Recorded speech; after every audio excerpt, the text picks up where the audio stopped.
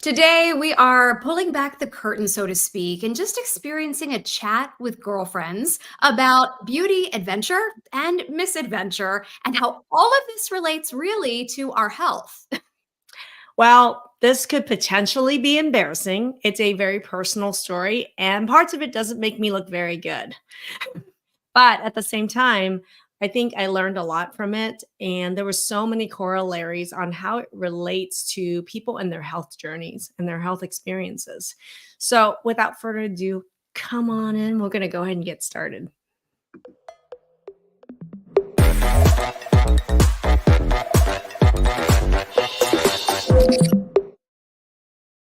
Hello, come hang out with your friends, your girlfriends. We're going to have just a little chit chat today talking about a recent story that Dr. Maggie wants to share that she does feel is very impactful and important because a lot of people, I think, are going to be able to relate to it. Thank you for joining us. I'm your co host, Anna Manuel, alongside Dr. Maggie Yu and Kathy Ryan. Dr. Maggie, hello. Hello, and I'm Meg UMD, functional and holistic medicine creator of Transform. And we have programs that work with people with autoimmune issues, POTS, dysautonomia, food, trauma, hormone balancing, thyroid, you name it. I am a peak health strategist, so I should know a lot about health, right? But today we're going to dive into a topic which is a love of mine. I love makeup, beauty. And this has a lot to do with also the run up to my wedding 2 weeks ago. And let me So, just say one quick thing, Dr. Maggie, because everybody's asking, "Oh, I'm sorry, boy here. Is this all about women's health today?" no, No, no, no, no. no. No, Red Dragon videos. I'm ready for you. There's gonna be lessons here. It doesn't matter if you're a boy or girl, okay, man or woman. We're ready for you. There is lessons here that I think are invaluable. This is why I'm sharing this story. Kathy, do you want to do a quick introduction? Yeah, so I'm Kathy Ryan. I'm a registered holistic and functional nutritionist, and I work alongside Dr. Maggie in her program. And I'm here because I experienced this whole thing that we're going to be talking about from the perspective of a friend, and Yeah, it's really actually quite fascinating how it all worked out and the little lessons big that lessons. are contained. So I'm excited to just kind of have this little chat and go through this with everyone. Okay, I promise you guys, the story at the end is gonna have it's gonna have a lot of surprising lessons. I'm just gonna tell you. So stick till the end. For those of you who are here already, I want you to tell me where you're watching from. If you're an alumni from any of our programs, tell me where you're watching from and that you're an alumni and what program you graduated from. If you're new to us or you're recently watching or you're Red Dragon video, tell me what's going on with your health, like, or just give me a shout out and say hello. So I love talking with you guys, and I want you to join my living room. We're in our living room. I want to talk as friends together on what happened as one of the lead up to my wedding 2 weeks ago.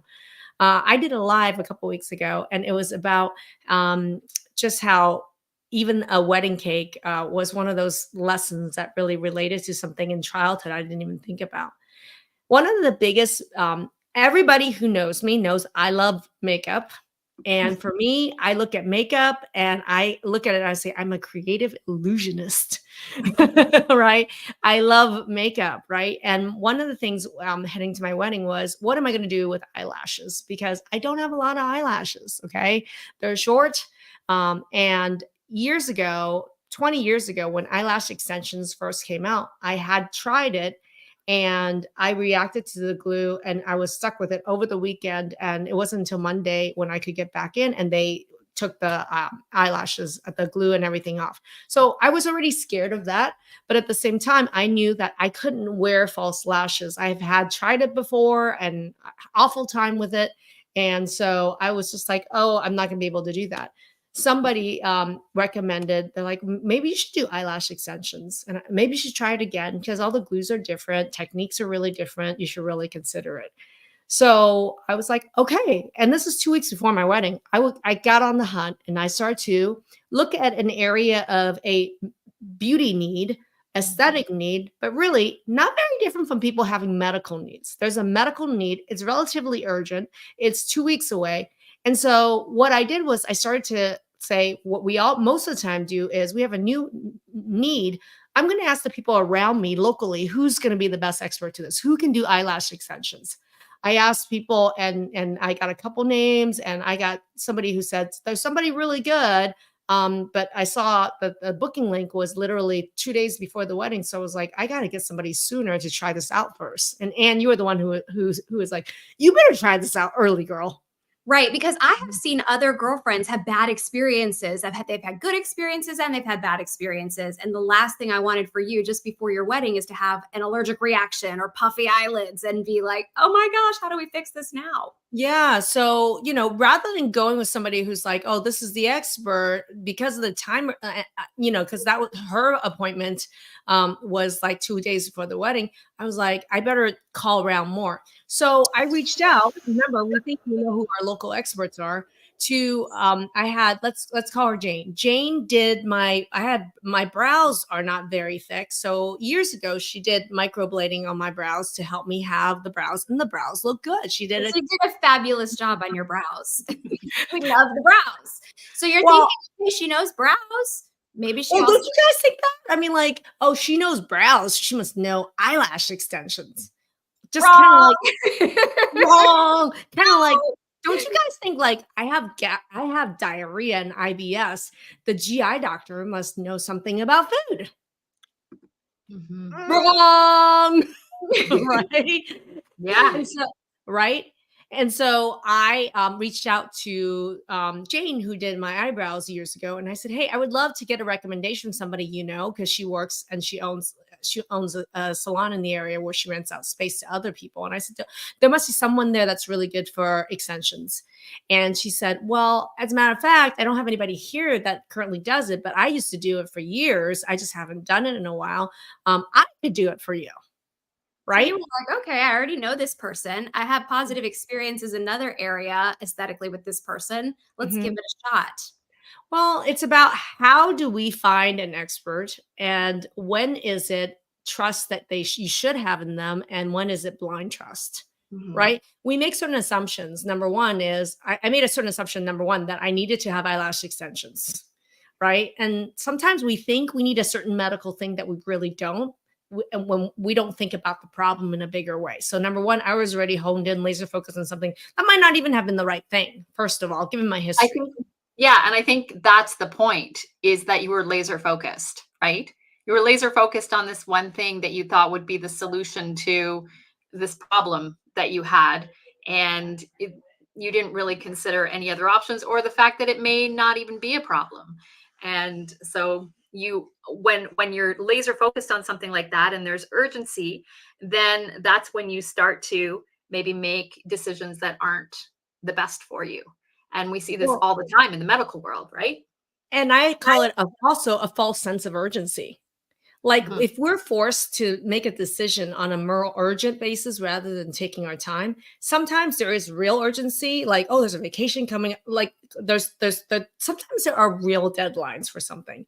But I had a false sense of urgency, meaning like, oh my gosh, instead of waiting for that expert, why don't I get it in this week, 2 weeks before the wedding? Because I got to do that to try it out and make sure. Like, I was introducing a lot of false urgency into my decision making, which is a recipe for disaster, Yeah.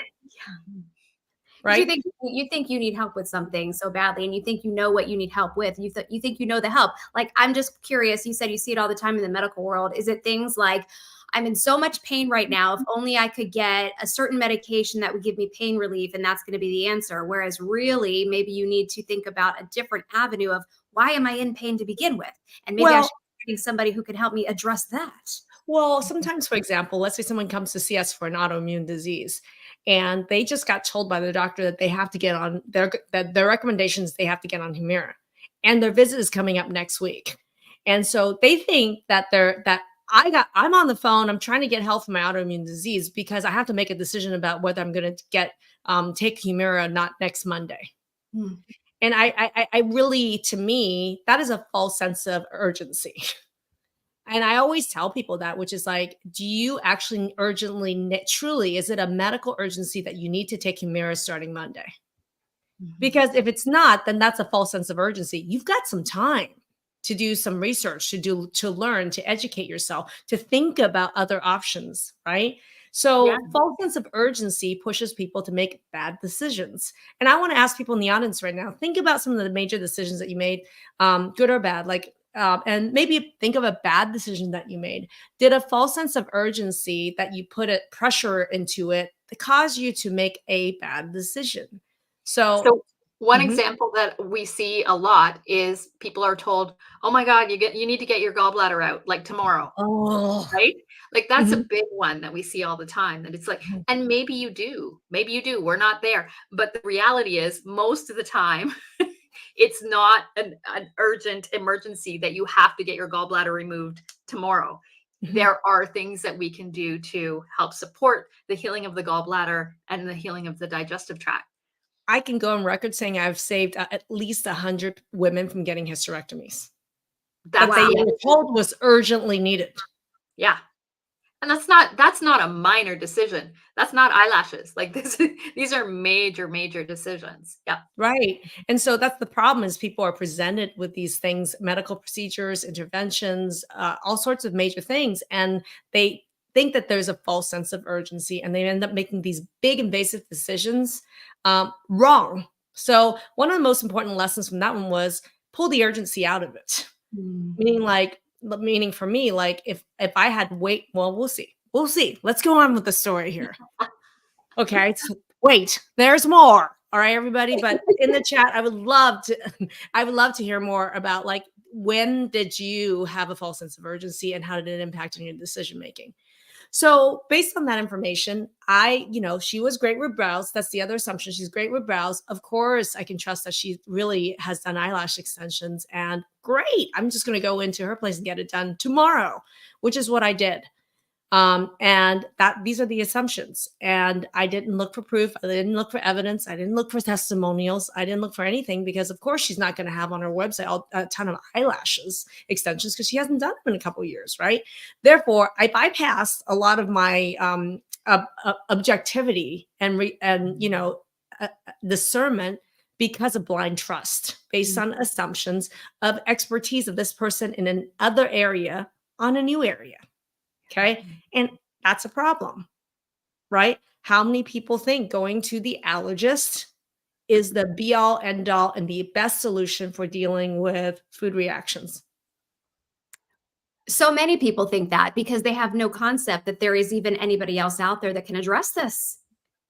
Well, an allergist is really good. This allergist is 5 stars on Yelp, right? Let's say, right? So, must be really good at food sensitivities or food reactions. Wrong. Wrong. Right. So I'm showing you guys in a non-medical setting that this is me, the medical expert in a non-medical setting, navigating the very same issues you guys are dealing with health, right? Mhm.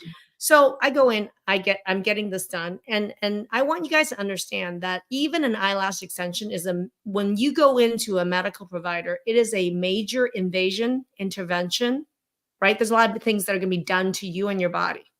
Okay. So even going in to receive the eyelash extensions, there's glue, there's, synthetic things going in my eye, all this stuff. And so it's done. And then she lifts up the mirror and she says, "What do you think? Like, what do you think? Isn't it great? Isn't it great?" Like, how many of you guys have had that experience where you receive a service and somebody like literally like almost primes the pump, like, or precedes it and be like, "Don't you love it? Yeah, and you can't say no. This has happened to me several He's doing times me a with favor." yes, somebody Mhm. that, was a friend that, was doing my hair and would be like, "Doesn't don't you love the color?" And sometimes I'd really struggle with having to be like, "No, it's not great, and we probably need to fix something." But you in that setting, whether it's somebody you're friends with or not, it's very uncomfortable, right? To have to say, "I don't love this," or "Can we fix this?" Or, you just end up sucking it up and living with it a lot of times. We go Yeah. into pleasing. Can I Yeah. tell you how many of you, and I'm going to ask you guys this, how many of you, when you get into the doctor's office, get into pleasing? Yes. Okay. Because when it was like, you love it, right? Kind of like, it's great. Think about it. Or, somebody prescribes a prescription and you went in for antibiotics for your cold. Awesome, right? Like whatever, right? You go into pleasing. And I'll be honest with you. I took one look in the mirror. It didn't look right. It did not look right. because it was already, I could see that there was like, I was thinking pretty single lashes that looked really natural and good. It was like there were pieces going this direction, that direction. It looked sort of clumpy. There would seem like there was glue that seemed like it seemed heavy, like an excessive amount. Like for me, it felt like a lot on my eye, but I was like not trusting myself in that moment. And I went into pleasing and I was like, it's great. Mhm. It's great. Yeah. It wasn't. People are really resonating with this. And Red Dragon says, I won't trust an allergist that doesn't understand I actually have Boom. psoriasis. And all they want to do is do 100 stabs on me. I experienced the same thing, Red Dragon, because I knew I was dealing with some serious food allergies, but I was trying to tell them I've had previous testing. I understand this and that. They insisted, right, on doing this huge panel of 100 different things. And you don't need to put your body through that. At least that's how I felt at the time. And they wouldn't work with me. They're like, it's 100 panel or it's nothing. And I'm like, what's that doing to me? I'm putting myself through unnecessary hardship here and trauma because you're not listening to me, and you're not truly an expert like Dr. Maggie is, understanding food sensitivities. So I can And the thing is, choose your expert, right? And then don't make assumptions. That's just because they're really good in one area that they might be the expert in the area you need help in, right? yes. That's really important. And the other thing is, how do we trust ourselves to be honest? Like, can we be honest with our medical doctors, with our spouses, with our friends? Like, like when that mirror came up, I mean, I didn't like it. I thought it looked awful. Oh, But then I started to question my own perception, which is like, it's like, isn't it great? And so I looked in the mirror and I went into pleasing and I was like, yeah. And the whole time I was just thinking, how am I going to work with lashes that some of them, a clump is going this way and the rest this way. I'm like, maybe like when I get home, mascara or something. I don't even know. But I was like, maybe this is how they look. So here's the thing. I'm not the expert on eyelash extensions. Can I jump in here? Because that's the whole point, is that even an eyelash expert, okay, or a supposed eyelash expert, there's a relationship power dynamic there where Yeah. they're the expert and you're not, right? Where you automatically submit to the expert because they've told you that they are the expert. So when you're doing that, you're a medical doctor and you put yourself under this expert eyelash person, right? Yeah. Can you imagine how non-medical people put themselves under Yeah. the power and authority of a medical personnel? well, Like, happens all the time, especially with rheumatologists. You hear about stories like that all the time, and they tell you things that you're supposed to just accept as fact because they're the expert, right? And you're not. Let me Yeah. give you a great example. A mom brings a 12-year-old daughter in for acne, and the pediatrician says, great, let's prescribe a birth control pills, and her acne is going to be better. And you're like, and the pediatrician's like, isn't it great? Her acne is going to be so much better. Or the dermatologist, her acne is going to be so much better in just a couple of weeks. And you're like, yeah. And what you just agreed to was to put out your 12-year-old on high dose synthetic fake hormones. Isn't that great? No. Right? But you doubt yourself because there's an authority. This is the doctor. And they're telling you and your 12-year-old that she needs to go on birth control pills. And start doubting yourself. Like, come on, how many moms think it's cool and it's okay to put a 12-year-old on hormones? Ladies, how about this one? Kelly was going on a beach vacation, thought she'd try a bikini wax at home. No. Almost ended up in the ER. No joke. Thank you, Kelly. I love it. I love it. But I mean, so think about that is, for me was I knew I'm not an eyelash expert. So when I received the procedure on me and I'm asked, what do you think? Isn't it great? Kind of thing. It was hard to say some truth because for me, I doubted myself and my own perception. How many times have you gone to the doctor where you innately knew what was being said, what was prescribed, or the dismissal was not right? And you knew that you knew some deeper truth, but you were doubting yourself and you didn't stand up for yourself. You didn't speak your truth. I did not. I did not. So she said, make sure it's Thursday, it's Friday, Thursday. Make sure you give me plenty of feedback. Text me. Here's my number. I have her text number. Let me know everything's going on. Cool, right? And then I come home and I'm looking at this and I'm like, it doesn't feel right. it doesn't feel right. So, and over the next couple days, I was like, it's not the same as the glue reaction I had 20 years ago, which was like immediately swollen and all that. So I'm like, this must be kind of normal because it wasn't that reaction. But I was like, it's so heavy. It's so weird. My eyes were really dry. It was really red. And the way the lashes were was like linty. Like I was catching cat hair and lint all around it. And I was just constantly in the mirror, like, is there something in it? And all this stuff. And I was like, this isn't freaking, it was really starting to bother me. But I would go on Zoom and I would be on live, and I went on Zoom and I was with Natalie and Anne and Kathy. Go ahead. Okay, well, here's your next mistake is that I know nothing about eyelash extensions. And so who do you ask? How does it look? I'm like, oh my gosh, it looks amazing. I love it. I'm like at Zoom like this. I'm like, what do you think? What do you think? And I'm like, it looks fantastic. I love it. It looks so great. Meantime, it looks like she's got spiders crawling on her eyes. No, but from Zoom, it actually looks decent. Really, yeah. It actually looks decent. You can't see much from Zoom. And so then I just reinforced again, you're crazy. You're crazy. Like, it looks great. Even though like, I know nothing about eyelash extensions. Well, and then I asked Natalie, somebody else on our team that does that. She has eyelash extensions. And so now here's me going to another friend. How many of us go to our friends to then start comparing medical symptoms and what their experience is? And I said to Natalie, I'm like, do these look right? What do you think? And she's like, oh my God, those look so great, right? From Zoom, it does. And I go, it doesn't feel right. Like it feels really heavy and uncomfortable. How is it like for you? She goes, oh, it was like that the first time I did it. After about 2 days, you're going to be, it's nothing. I go, really? Like it's nothing? Because this doesn't feel right. She goes, oh yeah, you get used to it. Right.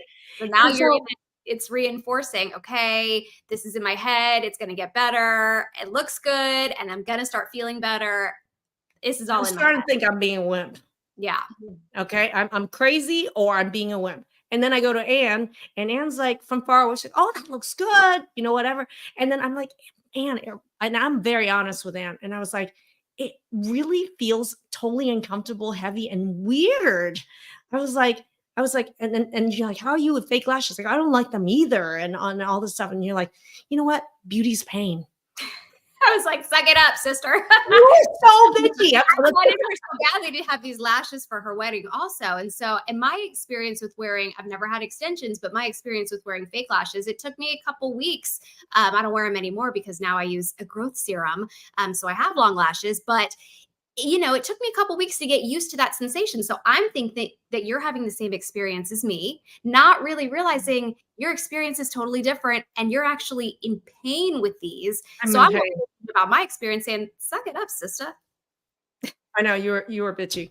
Anyway, but I thought I was going nuts. And I literally was talking to my husband to be at the time, Jonathan. And I was like, God, I know Anne keeps saying beauty is pain, but I'm feeling like I'm starting to go crazy.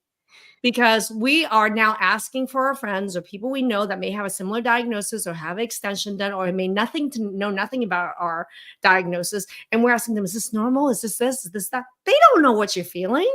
And so they're giving you, and either way, it's like I was feeling extremely like almost further affirms the fact that I was going crazy. I was a wimp, you know, and that they looked really good.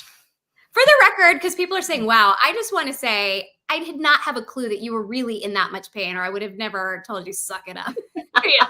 It started to get worse and worse. But because you said beauty is pain, I kind of stopped talking to you about it because I was feeling like, so that's the other thing, right? Yep. She said beauty is pain. And I perceived it as, oh God, I'm just a wimp. I better not tell her more about what. Don't be difficult. Don't be difficult. Yeah. Don't be difficult. Don't be difficult. How many of you guys are like that with your medical practitioners? You start having problems with the intervention, the prescription, or even the testing or whatever it is. And you're told, don't be, you internally, you want to be the good patient. I wanted to be beauty is pain. I can handle this shit. And so I didn't want to be difficult to Anne. Oh gosh. No, we are unconsciously seeking approval from our friends and from our medical doctors. And as a result, we don't speak our truth. We're not honest about what we're really going through. How many of you resonate with that? Type in chat. Please tell me I'm not the only one. Okay. But you did, because we're close enough friends. You came to me, I think like the next day or something, and you were like, listen, this is really bad. Something is not right. And I'm like, that's when we started talking about, you need to get these off. You were going out of Well, town. it was even before that, so that came later, but you were like, you need to get this off and all this stuff. And you're like, you need to actually talk to the provider. And so Yeah. what happened was the first couple of days when I was like, no allergic reaction, I texted her, I'm doing fine. I'm doing fine. But then when it started to get really bad, this is when you're like, you need to talk to her. You need to get this off, whatever. So I started texting her and telling her, I'm having really dry eyes, red pain, and there's clump. It feels heavy. Something's not right. I feel like I just feel like it's almost like suffocating. I felt like my eye was suffocating, and crickets, She didn't respond. crickets, crickets. And that was eye-opening for you as a provider as well, because when you're working with somebody and they would have an issue that was something that was almost emergent, they needed your assistance with, you're not even going to respond. You would never, ever leave somebody to hang out to dry like that. But that's so often what we have happen when we're working with providers. Well, reminds me of Jane and Jane, our client Jane and Ron. Jane and Ron had come back from Seattle, and Jane was starting to have some respiratory symptoms. And she was told on Friday, seeing her doctor, that there was some Thursday or that she wasn't feeling well, had some blood work, and was told that the blood work on Friday, the blood work is fine. The doctor will get back to you on Monday or something. And I remember laying eyes on Jane during our call together, our group call, and immediately I said to Ron, what's going on here? And he said, they said that they were off over the weekend. They said the blood work was fine on Friday. I go, your wife needs to go to the emergency room right now. But that's the thing is that, what I got was finally when I was giving her all of this, I gave a detailed account and I got crickets, nothing. And this at this point is starting to turn into, I would say, torturous. Ugh. I mean, this is torturous because I'm thinking if I have to get these off, I would want her to take it off, right? Like I would want her to, because I want to troubleshoot. I want to understand what's going on. Never heard from her. That is wild to me. And did she ever, after all of this, ever respond? No. Right. So then how many of you guys felt that you got crickets from your doctor, you were gaslit? This is what I call gaslighting. This is true gaslighting and stonewalling where, isn't everything great? Or, you can reach out to me for anything. And then you reach out, nothing. Right. So how many of you have experienced that where you run into trouble and then your medical provider that you thought was the expert who did this intervention, to me, this is a medical intervention I had on my eye, on my body, right? And I got nothing back. That was Giggly can relate. It sounds like the gaslighting I've received from several doctors. I think so many of us can, or we're meant to feel like our concerns are invalid, or why are we asking questions, or, this is not your reality. Right. And so I am now getting panicked because this is Tuesday or Wednesday, and Friday morning, I'm supposed to fly and be in Vegas for the Melt retreat to speak there. So I was like, I'm going to be leaving out of town. So I texted her on Wednesday and I was like, can you please, can I get in? Can I get you to take a look at it? Nothing. And so, then I started to think, wow, these are the people and they're not responding or they're not helping in any way. Then I start thinking back, who are the experts? And I start talking to people and all that. But in the meantime, I'm literally sitting here talking to my husband to be. And I was like, God, am I going crazy? Beauty is pain. Am I being a pain in the ass? Why isn't she responding? Was I being too difficult? Did I send too much of an update? Did I hurt her feelings? Hey, Jonathan. Hi. Husband. Husband to be at the time. The new husband, Jonathan. Jonathan, this couldn't have been easy for you either, because your fiance at the time, now your wife, was really struggling here. Correct. No, it was awful. I mean, especially she's going through it and telling me what she's feeling. I know nothing about other than what she expresses me. I know nothing about it. I've not had lash extensions or anything of that sort. I believe what she's telling me, but then at the same time, she's talking to you and she's talking to Natalie, other people who are like, oh, it'll be just uncomfortable for a couple of days as you get used to it, and then it'll go away and you'll be fine. And I'm like, well, maybe that's all it is. Like you're getting advice from people that you feel like you trust because they know you, they've been through something similar, and you want to get better, but days go by and it's getting worse and worse, and you're just like, this can't be right. There has to be something more going on.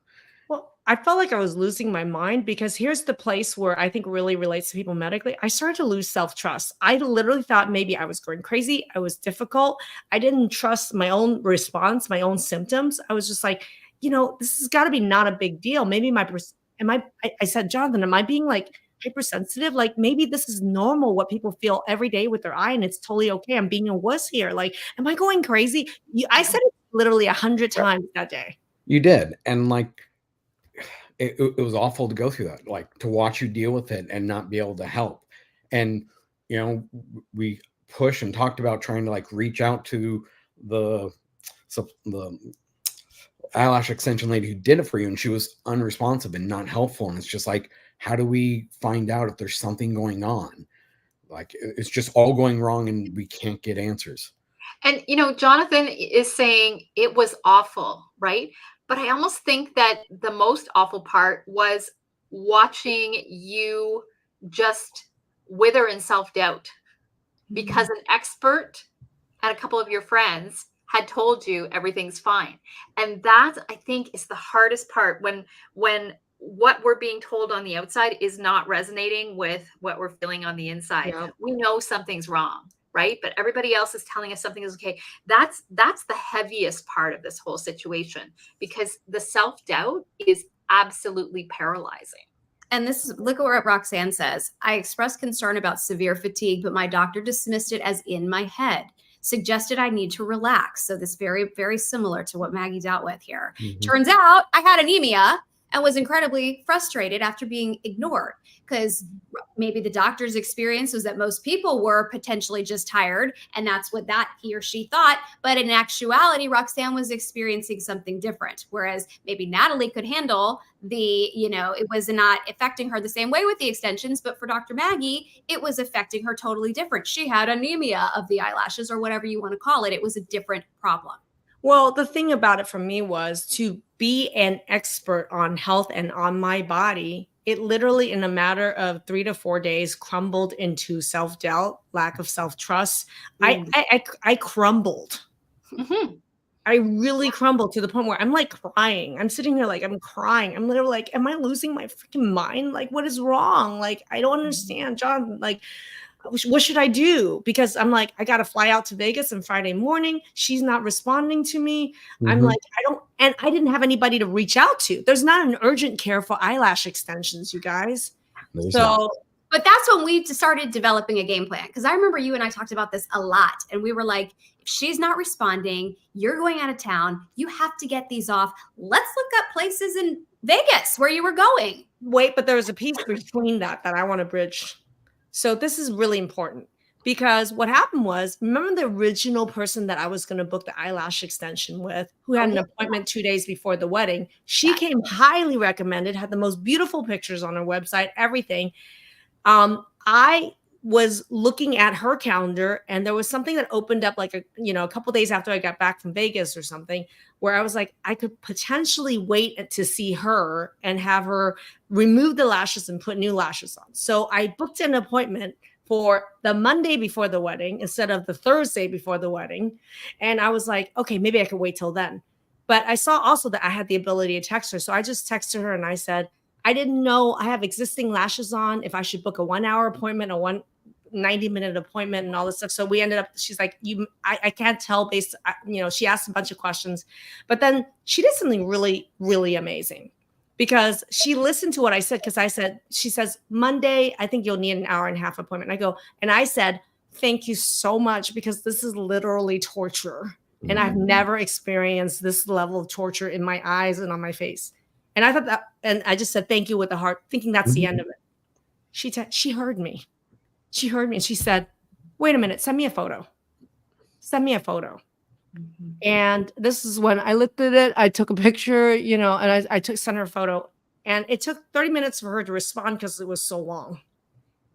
And she was like, this long thing. She's like, oh my God, You need to immediately. Can you come in right now? I can take it out right now.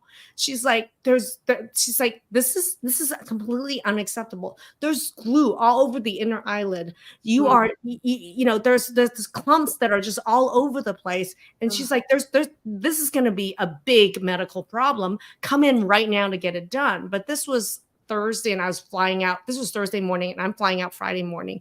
And I had a live that I was going to do. There was a live we did. And so I was like, I can't come in. And she goes, go to any eyelash salon, just get it off. You have to get this off immediately. But the thing about this is to me is this particular provider was like the Dr. Maggie. Finally listening. She heard me. Correct. She heard you. She was able to connect and just she trusted you and believed you and believed me. Validated what you knew was true. First person who did, besides Jonathan. Go ahead, Kathy. Can I tell you the one place where I feel like in the Transform program that we validate people the most, particularly women, is with their hormones. So just this past week, we were dealing with a young woman in her early 20s, and her symptoms were anxiety, irritability, anger, like all these, what we would call personality flaws. Okay. Like if you were to describe yourself as angry, irritated, anxious, is that the kind of person you want to be or the kind of person you want to hang out with? No. Right. So she described all these symptoms. And then I looked at her hormones and I was like, oh my goodness, this is why. This is what, look at, this creates anxiety. This causes the irritability. And we started having this conversation with her and she was almost in tears. Like she was very, very, because we were validating the fact that she was not an irritated, bitchy, whiny, lazy individual. There was an actual hormonal reason why she was experiencing these personality flaws. And I'm sure she had gone through a bunch. I know there's something wrong with me. I feel like there's something wrong. There's nothing wrong with you. There's nothing wrong with you. You're just a bitch. Right. And I find over and over and over again in the Transform program, that's where we really see the validation for women's feelings. So important. Yeah. Like for me, up until this provider, Monica, responded, I literally was sitting here like, am I anxiety? Am I like sitting here like, am I hysterical? Am I a fearful, scared person? Am I an angry person? Am I a confused person? Am I a weak person? Literally, I was like going to Jonathan, I was like, am I like, what is that? What's going on? He's like, no, babe. Like, sure. And then, but the thing is, the first medical provider or real expert, she listened. She actually listened, and she could have easily just said, I said, this was 10 out of 10 torture. Thank you so much. That was the end. I thought it was the end of the conversation, but she's like, something doesn't sound right there. And she asked for the photo. So what was really cool about it was, you know, fast forward, I said, okay, Anne said, you need to find somebody in Vegas when you land the plane to take these eyelashes off, which is what I scheduled. Right. And thankfully, right at this point, I realized she was like, this is an emergency. What we would consider a medical emergency, like on the side, you got to get this done. And then still consider, this is somebody else is telling you it's a borderline medical emergency here. And the first provider still so negligently never even responded. I think that for you made it really click and say, wow, it was even that much more shocking to you that the first provider did not respond, because here you are truly having an issue, a real issue here, not just an uncomfortable situation, an issue here that could have affected you medically, and nothing. Which is why it's important for us not to minimize things. Like for me, like you could say this is just about eyelash extension, right? And it's just a beauty thing. But, you know, and we're not even talking about doctors, but like I think about even just an esthetician who's doing eyelash extensions. You need to be aware that you could actually cause a medical emergency for an individual. Yeah. Like there is responsibility here for honest feedback, open feedback, availability, response, and expert guidance here. Because this is somebody's this is my vision, my eyesight, right? Mm-hmm. So anyway, the thing is, we got to Vegas And I got to the salon that was removing it, and they were wonderful. But she's like, she goes, can I, she goes, it's really hard for me to say this because I'm in this profession and I see a lot of other people's work. She said, but I have to tell you that the way that your lashes were done, this person had zero training whatsoever. This would be what I would consider malpractice if it was in the non-medical world or whatever. She's like, there is glue all over your inner lid. These are not even the right lashes, the kind of lashes, because they were not even individual lashes. There was clumps of lashes and they're glued together on one of your lashes. There are clumps glued to each individual lash in your lash.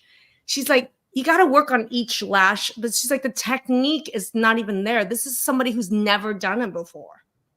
And she's like, and your eyes, you're starting to blister. She goes, if this was in your eye for even another 3 to 4 hours, you're going to be blistering all over your eyes. She's like, you got this right on time. I'm just so glad that you're here, but I don't want to bag on other people who are in my profession, but this person isn't in the profession. That's terrifying. It really is. And thank goodness you listened to yourself. Thank goodness you found somebody to validate what you were feeling, and then you took action. Because I remember, and maybe you want to share with everybody, how was it once you finally got them off? It was instant relief. Yeah. I mean, it was instant relief. Like literally, like when I got up from the table after it was removed, I was crying. I was crying, and I hugged the esthetician who did it. And I was like, thank you so much. You have no idea how torturous this is. She goes, no, I do have an idea, because this is just horrific. And I'm so sorry you had to go through that. But I was trembling, and I was hugging her, and I was crying when I left. And I remember just I came out of that salon, Jonathan, you were there with me, and we were driving from Vegas to Red Mountain for the retreat. And I was just like, God, I'm just so relieved. I remember you saying you felt lighter, like not only from the physical lashes, but you just felt lighter, like this is behind you, this is over. And you sent me an immediate after picture, and you could see your eyes were super irritated. And then a few hours later, you sent me another one, and everything was clearing, and you were starting to go back to health. Correct. The improvement over that weekend was drastic, just in a couple hours. The amount of relief she felt, especially being validated, it was amazing. The interesting dichotomy was, during the drive from Vegas to Red Mountain, was about 2.5 hour drive, I could feel myself coming back because I was like, oh my God, I was right.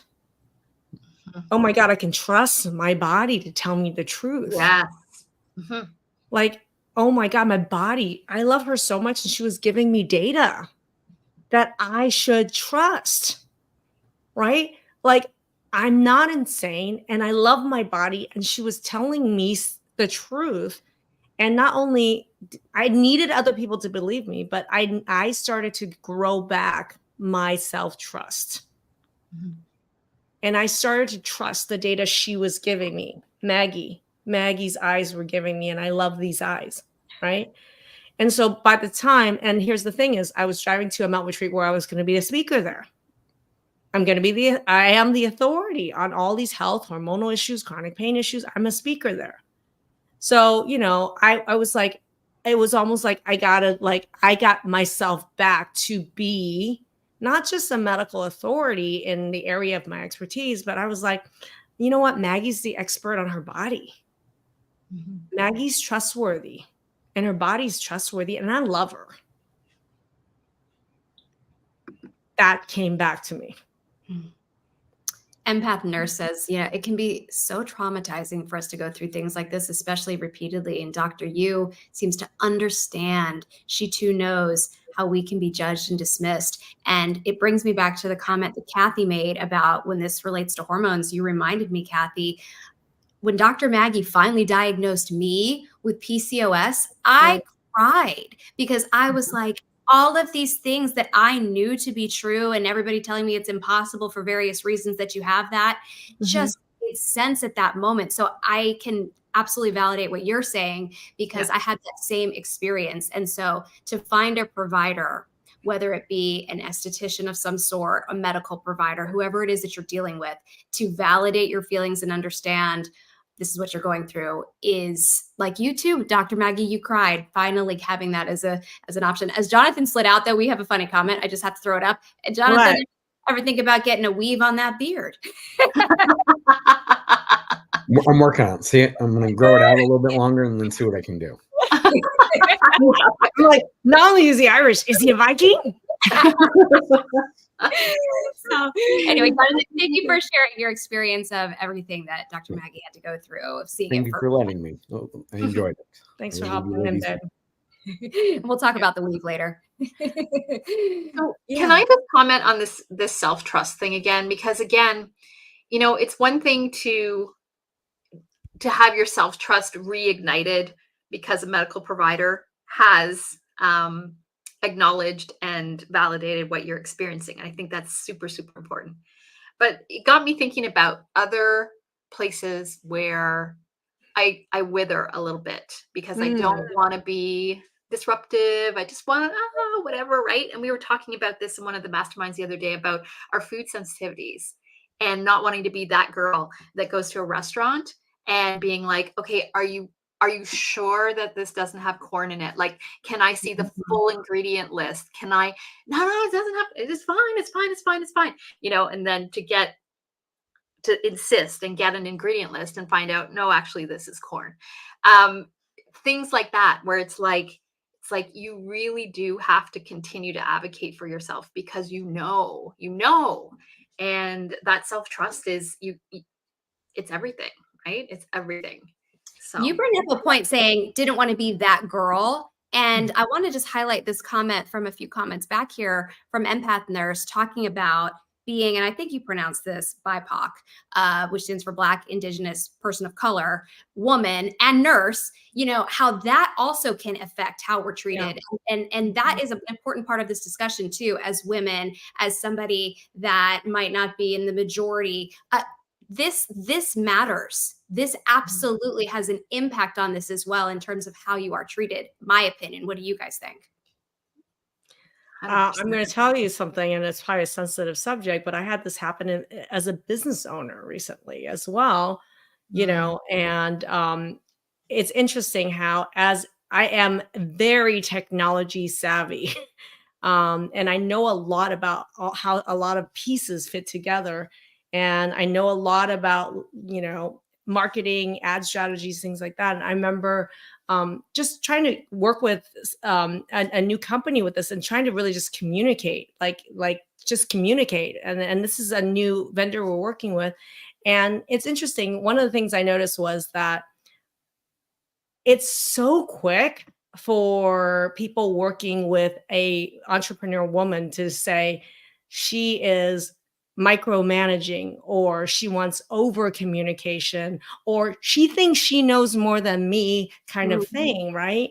And I think it's important, like, to just, whether it's you know, indigenous woman of color, or, you know, whether it's a female entrepreneur running a business. I mean, I feel like, you know, the assumptions that people make, and we're almost so scared that we're going to be stereotyped in a certain way, that I found myself over explaining myself, over apologizing, questioning like everything that I was doing and saying. Like, it made me think about, like, and I had to say to Jonathan, I'd be like, dude, am I like, did I act like in that meeting like I knew more than they did? And he's like, no. I'm like, well, why would they, you know, say that? And then I'm like, maybe we should review the video and all this. Like, it's so weird. Like, Going way out of your way. I went out of my way. And the truth is, had the same meeting been between men and men, those stereotypes and accusations would have never come up. And a man would never doubt himself and say, was I overly explaining? Am I over communicating with these vendors or whatever? It's like, as women, I mean, and this is I do think this is more of a women issue than a men issue. We are constantly questioning ourselves because of the negative stereotypes we're constantly being put upon us in a variety of roles that we serve, right? So even as a female entrepreneur, it's so quick, man, for someone to just label you as, oh, she thinks she's smarter than everybody else, or oh my God, she's a micromanager. I'm not. I'm not. She's being bossy, right? You don't hear men I'm, call bossy. I'm not. But the thing is and Kathy, you were the one who said that. You said if Mike did this, or some other person did this, they said that.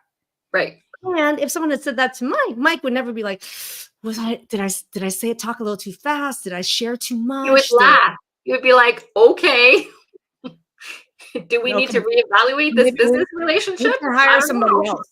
We need to hire somebody else. It's your first meeting. You need to impress us. Yeah. That's what Mike would say. Yeah. Yeah. Right. So it's interesting how this whole self-trust that we have as people, man, woman, but we're just using being female as an example, is really important. And it bleeds over into every role we have in our lives, whether we're the patient, we're the doctor, we're the teacher, we're the mother, we're the wife, right? Like it constantly comes in. It's constantly nipping on us the whole time that we can't trust ourselves. Yeah. Right. I love this comment from Roxanne. Dr. Maggie feels like she's speaking my language. Everything she says just clicks and feels so relatable. So what I love is that this very specific story about eyelashes ends up having such an impact because it's everybody's story, right? It's relatable. Not everyone has had eyelash extensions go wrong, but we all know as humanity, as humans, we all know those feelings of self-doubt, those feelings of being in an unequal relationship where there's a power structure and they're saying everything's fine, and that self-doubt, and then the questioning and all that kind of stuff. I mean, it's universal. So you can take such a very specific story and universally everybody understands what you're talking about because we've all experienced the same thing. Yeah. And Kate says she just started Dr. Maggie's thyroid masterclass. So excited to finally have somebody hear me when I tell them I know what's happening with my body. I think she commented somebody earlier told her there's no way she could have Hashimoto's when in fact she does. And they're just not listening. Finally, through Dr. Maggie's program, she's got people around her who believe her. Because you always say that, Dr. Maggie, you use data. And one set of data you use is what people are telling you how they feel. Write this down, people. When I look at somebody, there's always 3 sets of data. Okay. Number 1, their past medical history. What has happened to them? What has their response? What has happened? Past medical history, first set of data. Second set of data is your current symptoms. Really critical. And then third set of data is then your blood, your tests, or whatever the data is. But people think that the answer is this. That's only 1/3 of the story. You're flying blind now. Right? So sometimes people think if I just get that test, that's all I need. And I'm like, no. I want to hear all 3 sets of data and then educate you. And then we put this together and say, what's the hidden pattern here? What's going on? This is why yesterday we had our meeting with my thyroid masterclass. Vivian was on freaking fire. He was so fun. Oh my gosh. Fun. Well, and she was like, because she said, I was like, I love asking for feedback at the end. And she said, at the end, she goes, I want to share with everybody that this was so exciting. This was so much fun. I never thought working with the doctor on my thyroid, I would learn so much and it would impact all my family. I was listened and we laughed. There's music and I was relieved. This is so fun. It's a different experience. It really is. Because you think you're coming into this program too, and it's going to be potentially sad, depressing, scary to talk about these things. That is not the vibe at all. And it's nice to have a different culture surrounding it because then you feel like it's not scary to talk about these things. It's not depressing to talk about these things. There is a path forward and everybody else is dealing with it. Oh yeah, Dr. Maggie's telling jokes and she's playing music. And Kathy and Dr. Maggie are arguing over whether we're going to play girl anthems or something a little more classic for Dr. Maggie or what. I mean, it's a heated argument right before the class starts. Let me tell you. You guys make it fun. You make it fun. Okay. So everybody, what I would love to do is I want to know what part of the story did you relate with? Type it in chat because here's the thing is I helped me build self-trust. Was it important? Was it an important story for me to trust that to deliver? Like, was this impactful? Like, in what way did you relate with the story? How does this, what are some of the, what was even one lesson that you got out of the story that relates to your approach to health? Right. What is something you would do differently? Like, would you approach, how would you approach your health? One thing that you approach your health differently based on this story or this conversation or your aha. I would love to hear that in chat for you guys. So if you could put that in chat, I would love it. And Kelly just kind of reiterating what we were just talking about, how this team, talking about you guys, never once made any question or concern seem minimal. They listen to everything, dig so much more deep to find the full truth to your health concerns. That's exactly what you needed, Dr. Maggie, in your crisis involving eyelashes, but on a larger scale too. It's what so many of us need as we are facing issues with our health and well-being. You know, I'm going to tell you guys a couple of things. So those of you stuck here to the end, I would love to think about a couple gifts, like a couple gifts that I think would be really helpful. So I'm going to say, any of you out there that are dealing with POTS, long haul, dysautonomia, vertigo, right? You know what I'm talking about, where your blood pressure, your heart rate's going nutso, and you're getting nowhere with your doctors. We have a multi-part training series for POTS, dysautonomia, and long haul. If you write the word to any of those in chat right now, we're going to get it to you. Okay. I did a multi-part training about this, and a lot of people don't know jack about it. I'd rather you hear from me and you learn about this. So if you're that, put that in chat. The other thing is, if we talked a lot about hormones, Kathy, and so I would love if anybody here is struggling with any hormone symptoms and you feel like you're not seen, you're not getting knowledge, you're not believed, you're dismissed, and you want to learn more about how to solve these problems. Not only are they real, but what's the connection to other pieces of your health and how would you solve that? Put hormones in chat, because I have a hormone training series. I can't wait to get to you, and it's free. Like, just put hormones or hormone training series, or tell us about what's going on with your hormones. I would love to get that in your hands, right? And then thirdly, mast cell, any of you dealing with, we talked about food sensitivities just now. So I didn't want to leave you hanging. If you're interested in ending your food trauma, if you suspect or you have mast cell activation syndrome, histamine intolerance, I have a multi-part training I made for you. And it's delivered to you via email, via text. So just put mast cell or histamine intolerance in there, and I will get it to you. I will fight for you. Let's do that, right? So, and any of you that are wanting to learn more about what it's like to work with us, with me, with Kathy, with our team, I'm going to put a link to book a chat with us, because number one value I have is connection and open communication. And that was one of the pieces in the story I learned that was really, when you're not heard, when you can't connect, when you get no response, it's a nightmare. And that was a huge part of my torture as well. So if you want to connect with us, I'm going to put a link, book a chat with our team. We opened up some spaces on Monday, Tuesday for any of you that want somebody to hear what's going on with you, to help you figure out, how do I get out of this? You're going to be heard and you're going to be believed. So I'm going to put a link in chat right now for you guys to book a call with our team. Can't wait to talk to you. And just to kind of wrap up your experience, Red Dragon, who, by the way, love your personality, says, don't do the eyelashes again. Well, can I tell you the final result of all this? What happened? The final result was, I looked at fake eyelashes, and I went and found at Target, I think it's called Eyelash was the brand, and they were the thinnest band, the thinnest little lashes. And I'd never seen other ones that were like that. And then I ended up, I said, I'm going to try this, because I got to try this. Like, and if I did it right, what would it look like? And then I actually learned to put fake eyelashes on that were just the right amount, size, with whatever. Something you thought you couldn't do. And it was no problem.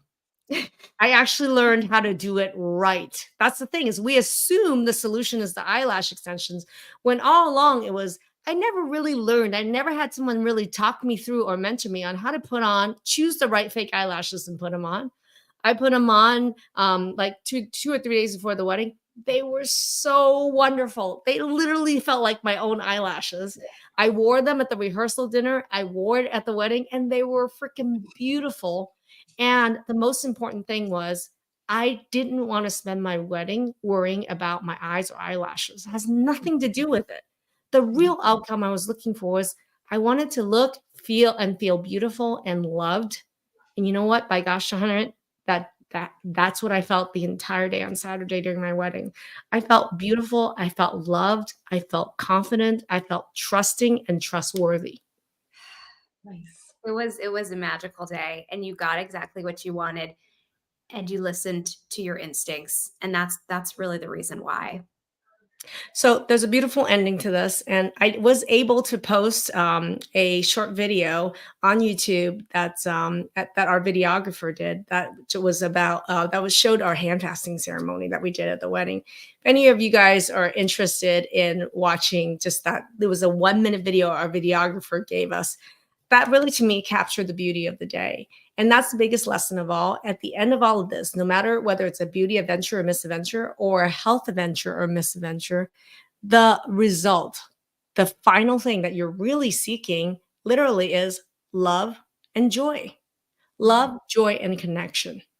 That's what we all want. So for me, like, that's the result: love, joy, and connection. So keep that as the focus. That's the result and outcome you really need. And then take the lessons today, and I hope you run with it. And I would love for our team to talk to as many of you as possible and see what's going on with you and see if we can help. All right, everybody, that's a wrap. Thank you, Dr. Maggie. Thank you, Kathy. Good night.